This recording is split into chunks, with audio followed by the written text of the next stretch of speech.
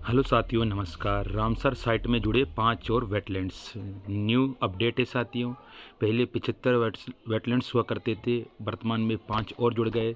तो Ramsar site में जुड़े 5 और वेटलैंड्स बात कर लेते हैं साथियों। पेपर की दृष्टि से अति महत्वपूर्ण है, हर बार पेपर में क्वेश्चन बनता है। हाल ही में केंद्रीय पर्यावरण मंत्री भूपेंद्र यादव ने भारत में 5 और वेटलैंड्स को रामसर साइटों अंतर्राष्ट्रीय महत्व के वेटलैंड्स के रूप में नामित किया है। इसी के साथ अब देश में आर्द्र भूमियों की संख्या कुल संख्या 80 हो गई है साथियों। रामसर सूची में जोड़े गए 5 आर्द्र भूमि हैं: मगधी केरे संरक्षण रिजर्व कर्नाटक में, अंक समुद्र पक्षी संरक्षण रिजर्व कर्नाटक में, अगनाशिनी एस्चुरीज कर्नाटक, कराईवेट्टी पक्षी अभ्यारण्य तमिलनाडु, लोंगवुड सोलर रिजर्व वन तमिलनाडु। तो याद रखिएगा, 5 जुड़ चुके हैं। रामसर साइट के बारे में, ये रामसर कन्वेंशन के तहत अंतर्राष्ट्रीय महत्व की एक आर्द्र भूमि है। इसे साल 1971 में यूनेस्को द्वारा स्थापित एक अंतर सरकारी पर्यावरण संधि वेटलैंड्स पर कन्वेंशन के रूप में भी जाना जाता है।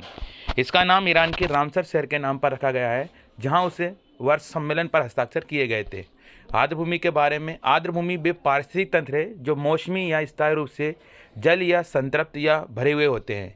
इनमें मैंग्रोव, दलदल, नदियाँ, झीलें, डेल्टा, बाढ़ के मैदान, प्रवाल भित्तियाँ, समुद्री आदि क्षेत्र शामिल हैं। आर्द्र भूमियाँ समुद्र तटों की रक्षा करके बाढ़ जैसी आपदाओं के जोखिम को कम करने में भी मदद करती है। ये कार्बन को कार्बन डाइऑक्साइड के रूप में वातावरण में छोड़ने के बजाय अपने वृक्ष समुद्र और मृदा के भीतर संग्रहित करती है। तो साथियों, ये आर्द्र भूमि जो 5 नए वेटलैंड्स जोड़े गए हैं, नई जानकारी के साथ में बने रहिए। जय हिंद, जय भारत।